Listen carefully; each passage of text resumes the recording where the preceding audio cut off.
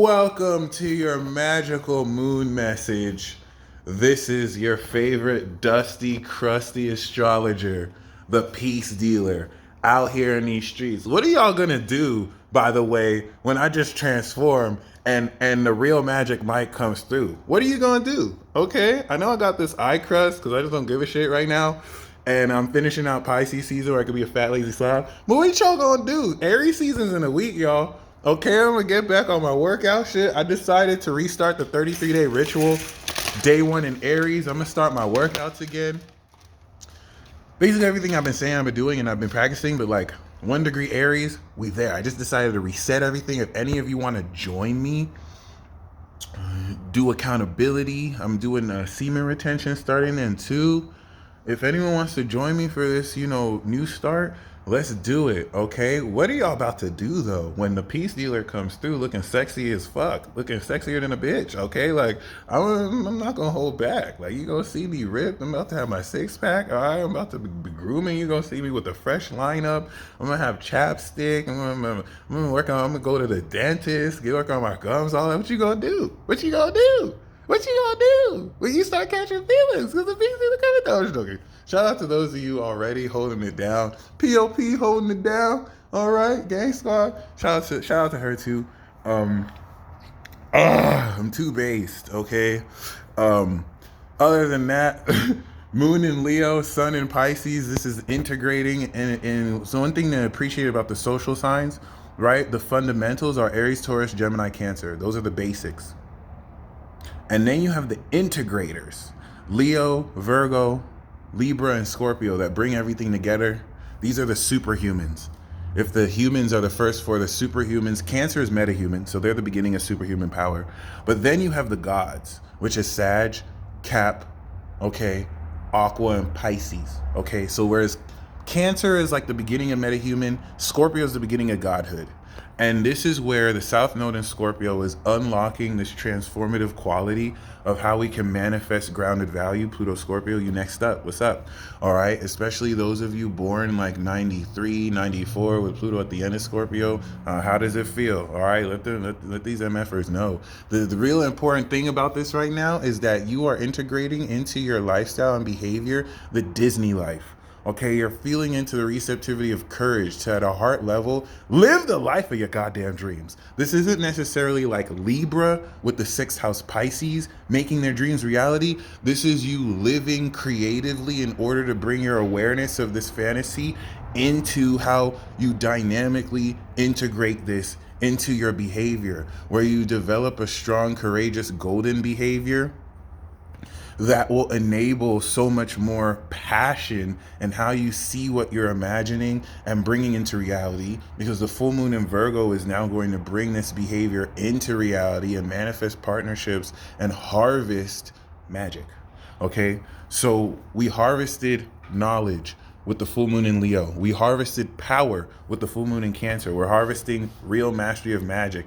I actually started watching The Magicians again.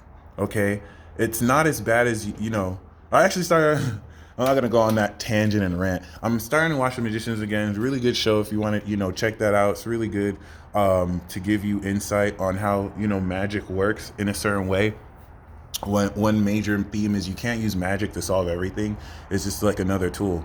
So other than that, because there's balance. But other than that, this is where the hard work you've done to integrate cycles throughout the past 12 and 24 months relative to this apocalypse cycle, because you do remember we're in the motherfucking apocalypse, right? And it's the end of the literal world. Well, this is where everything is going to start to culminate together, and you're going to start to see coming through the full moon harvest into Virgo, it actually happening. Everything is happening. Everything is happening that's meant to happen throughout every lifetime. This is a convergence point as we're walking through a portal to manifest promised land through Taurus. What the fuck am I channeling? This is retarded. Can we take a break, angels? What the fuck? It's crazy. You just, all right. Either way, yes, we're at the end of the world. We're walking through a portal into the promised land of the Taurus, and we move forward there. Have to probably fight some Philistines and giants after we let our people go. Oh my God, this is retarded. I'm sorry, some of y'all survived like the craziest psyop of your entire life, and just to be hit with more bullshit. Other than that, Leo is social and Pisces is collective. So you're feeling the reason why you need courage is how courageously could you share elements of your vision, your fantasy. Pisces is less about dreams and more about metaphysics. And because in this reality, we equate metaphysics to fantasy, Pisces is actually more real than Virgo. The astral realm is more real than this physical reality. Everything that's physical is projected, but we see Pisces as fake and unreal because we're fucking retarded. And so Pisces treats us like we're retarded and they troll us every day. And to their defense, we treat them like they're delusional. And even though some of them are shady frauds, if they were frauds, it's because this world ain't shit. Pisces is one of those signs that if they're bad, they're a water sign. So water is only going to be bad if the environment is bad. So like, sometimes you need a divine mirror to reflect back to humanity how fucked up it is. But the most important thing is that relative to this new beliefs, new magic, new evolution that we started in Pisces, it's all coming together. You're developing techniques, routines, and a creative way to feel about how courageously you intertwine and integrate the full understanding of this transcendent quality and nature of your divinity. Divinity could either be a vague ass word to you or it's something that you're tapping into truly. Regardless where on that spectrum you are, prepare for an everlasting, I just want to say big words right now so I sound smart, an everlasting purview of paranormal experiences that will once again make you question how real this simulation you're living through is until the moon is in Virgo and then you will feel, no, this bitch is real as fuck. This motherfucker is real as fuck, bitch. And yeah, but we're not there yet. We're still in Disney, ho ho ho ho, Mickey Mouse, I saw you talking shit, bitch. I will smack you in the face, and you get to do all that shit, okay? Excuse my language. I want to be a little bit vulgar here because I want to constantly remind you that postmodern issues, postmodern notions of class, politeness, vulgarity, acceptability, is all bullshit. They're all bullshit. And they can be thrown in the trash, or they could be the napkin that I wipe along my asshole before I throw it in the trash. We have attached so much to these expectations, which reasonably were only brought up for a purpose. You know what I'm saying? You don't want to be just cursing in front of a child all the time and being vulgar. Clearly, these expectations exist because of experiences that seemingly brought up the need for them. It doesn't change the fact that you're realizing they're all bullshit. They're all shit of a bull. They're all bull of shit. And so this is what's going to free you from unconscious inhibitions because you're still attaching to social expectations that have nothing to do with you during the end of the fucking world. Because some of you will literally cling on to shit that's not traditional, but it's the end of the world, so it doesn't matter. Like some of you are literally like, I don't know, my mom and my dad didn't get married like this. I don't know, I've never worked a job. It's the end of the fucking world. Are you gonna be an innovator or not? Are you gonna lead humanity into the new world, or are you still gonna be like, oh, I don't know, they didn't do it this way. Should I do it this way? Stop! Kill shit. Are you ready to kill shit or not? It's a revolution out here. You talk about, well, I don't know, like this person wants to get married and I don't know if I should do it the traditional way or not. But listen, do it a new way if you're going to do it. Like just do it. Okay? This is crucial because everything you're integrating right now, most of which has never been integrated before, is now also bringing in a whole wave of eccentricity that's going to literally scoff and defecate in the face of tradition. And it's so hard for people to kind of accept this. So that's why I need to contextualize that we're at the end of the world. Like we're stepping into a whole new paradigm. Pluto Sag children exist. Pluto Cap children exist. They all have superpowers at a god level. They're about to create a whole new world. They're about to burn this old bitch. Okay, I don't know what else to say. So some of you are attaching traditions because these traditions make up your identity. Think about the traditions that map out all the cultures in the world that influence how people identify with themselves. You have a whole bunch of people who don't know who the fuck they are because their identity is attached to a tradition, which is attached to a national territory, which is a label placed on their soul that is not who they are. Some people really think they're French. Some people really think they're Nigerian. Some people really think that they're Czechoslovakian, and they're not. They're not. It's just, like everyone, you have a physical body and you have a culture. Race is a social construct. That shit don't exist outside of a construct people agreed to label each other as. You're not your race. You're not your culture. You have your culture. Honor ethnicity, right? Some of you have Puerto Rican ethnicity. Some of you have, you're from Guam. You know what I'm saying? Some of you are from the Yoruba tribe. Honor your culture and ethnicity, but you are not your culture. You're a soul. You have a name. You have an identity. You have a culture. You have traditions, but that's not who you are. That's what you have. Who you are is a soul. And at the end of the world, where all these customs, cultures, and traditions go into the swirling, boiling pot or cultural melting pot of the trash, because it's all trash. I know people don't want to hear that their culture and tradition is trash, but relative to now, it's all trash. It was necessary before, where we were building territories. Now we're all awakening to who we are as souls. You're seeing people from different cultures marry each other, blend with each other. We're entering a new world where these themes of the old world of territorial expansion, colonialism, racism, prejudice, building family based on, that's done. That's done.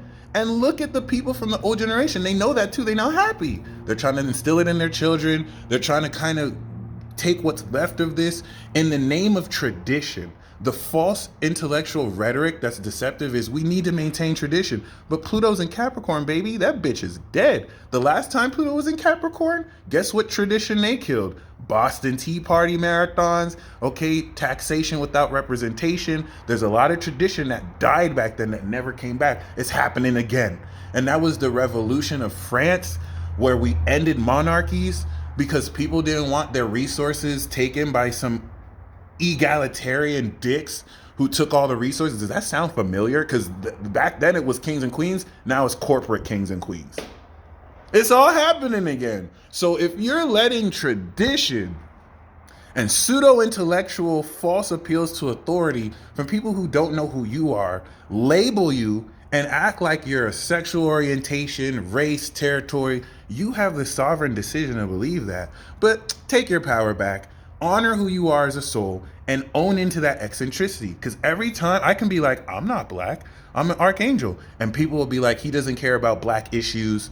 He thinks he wants to date people outside his race. And those are social opinions about me, but that's not me. People are allowed and entitled to their opinions about me, in which they can leverage their opinion to try and control me, but they can also suck my dick. And so I'm going to make sure they do one other than the other.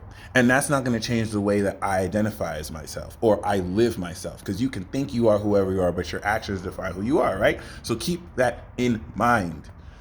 This is integrating this magical understanding of who you have become and are becoming, freeing you from the old traditional understanding of yourself. Some of you, you're on the verge of awakening, but you still think that you're an English girl that, you know what I'm saying, is of a certain skin color and has to do this because your family did this, and you're not.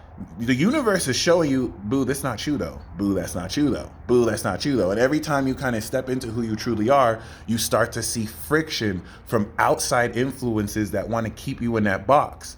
And so you can't blame anybody. You can only blame yourself for letting other people keep you pigeoned in, but you're here to be more than yourself as you currently see yourself.